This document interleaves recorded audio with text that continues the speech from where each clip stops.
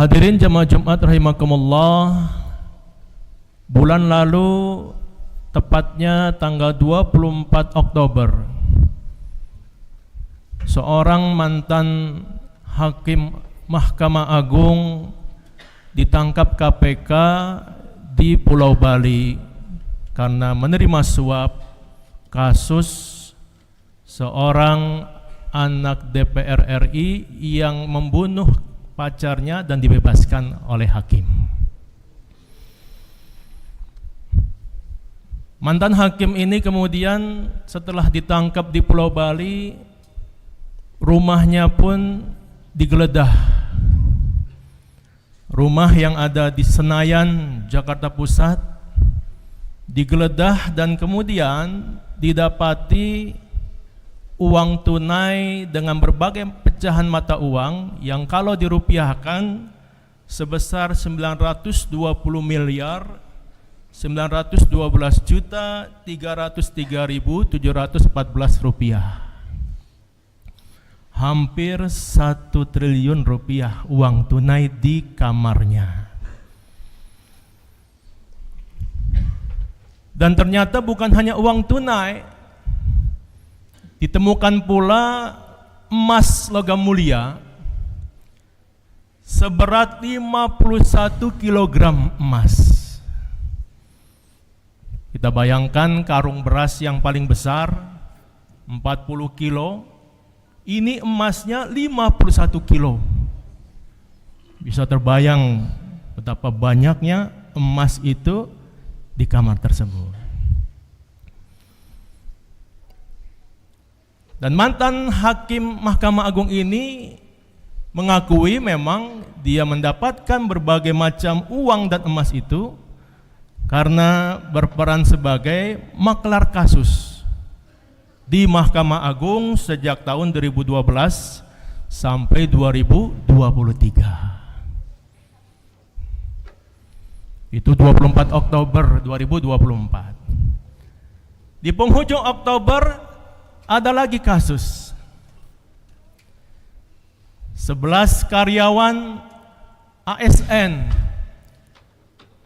Kementerian Informatika dan Digital yang dulu namanya Kementerian Komunikasi dan Informatika, sekarang menjadi Komdigi. 11 orang ditangkap dikarenakan mereka yang harusnya bertugas untuk memblokir, menutup situs judi online, justru mereka yang merawat dan melindungi situs judi online tersebut.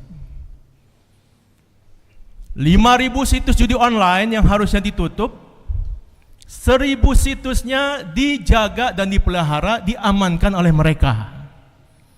Dengan kompensasi, para pemilik situs judi online itu dimintakan uang sebanyak 8,5 juta rupiah per situs setiap 2 pekan.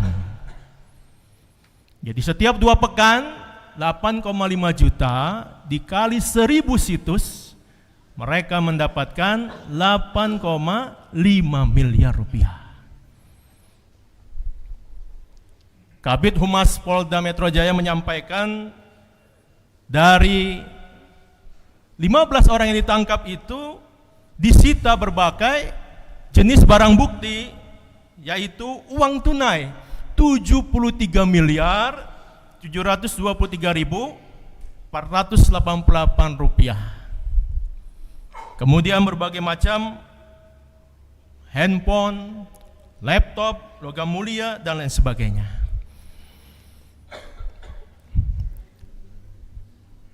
Hadirin jamaah Jumat rahimakumullah, tentu kita melihat kasus ini menjadi semakin miris dengan kondisi bangsa dan negara kita.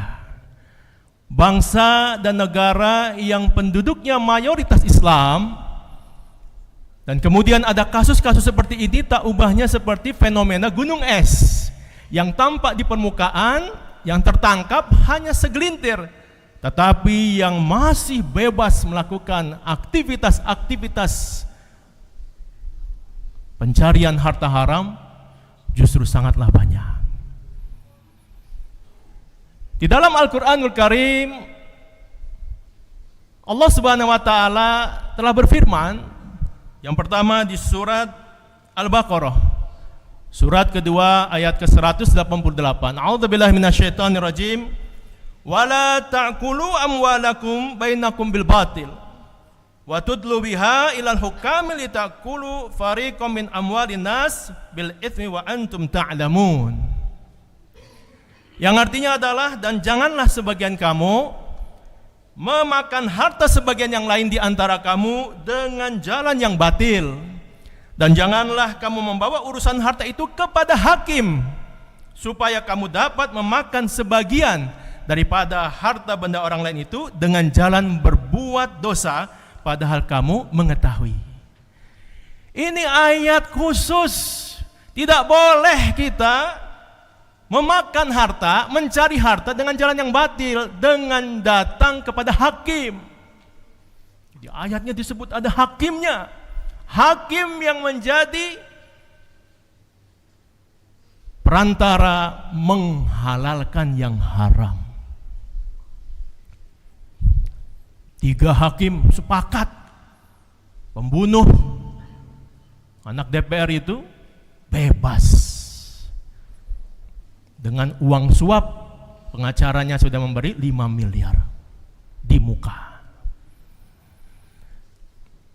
Di ayat yang lain, di surah Al-Maidah, surat kelima ayat 90, Allah juga berfirman, A'udzubillahi minasyaitonirrajim. Ya ayyuhalladzina amanu innamal khamru wal maisiru wal ansabu wal azlamu rijsum min amalis syaitan fastanibuhu la'allakum tuflihun. Yang artinya adalah, hai orang-orang yang beriman, sesungguhnya meminum khamar, berjudi, berkorban untuk berhala, mengundi nasib dengan anak panah adalah termasuk perbuatan syaitan. Maka jauhilah perbuatan-perbuatan itu agar kamu mendapat keberuntungan. Di dalam ayat ini jelas bagaimana Allah memerintahkan kepada orang-orang beriman agar tidak mencari harta di antara lain melalui judi. Mungkin tidak main judi tapi melindungi, minta uang dari bos judi, sama saja. Itu sebabnya kalau kita baca ASN yang sudah menikmati uang melindungi situs judi online ini, berubah. Tadinya biasa-biasa saja menjadi flexing berbagai macam harta, pergi ke klub malam, traktir sana traktir sini. Sementara di media sosialnya ibadah umroh dan lain sebagainya. Na'udzubillah.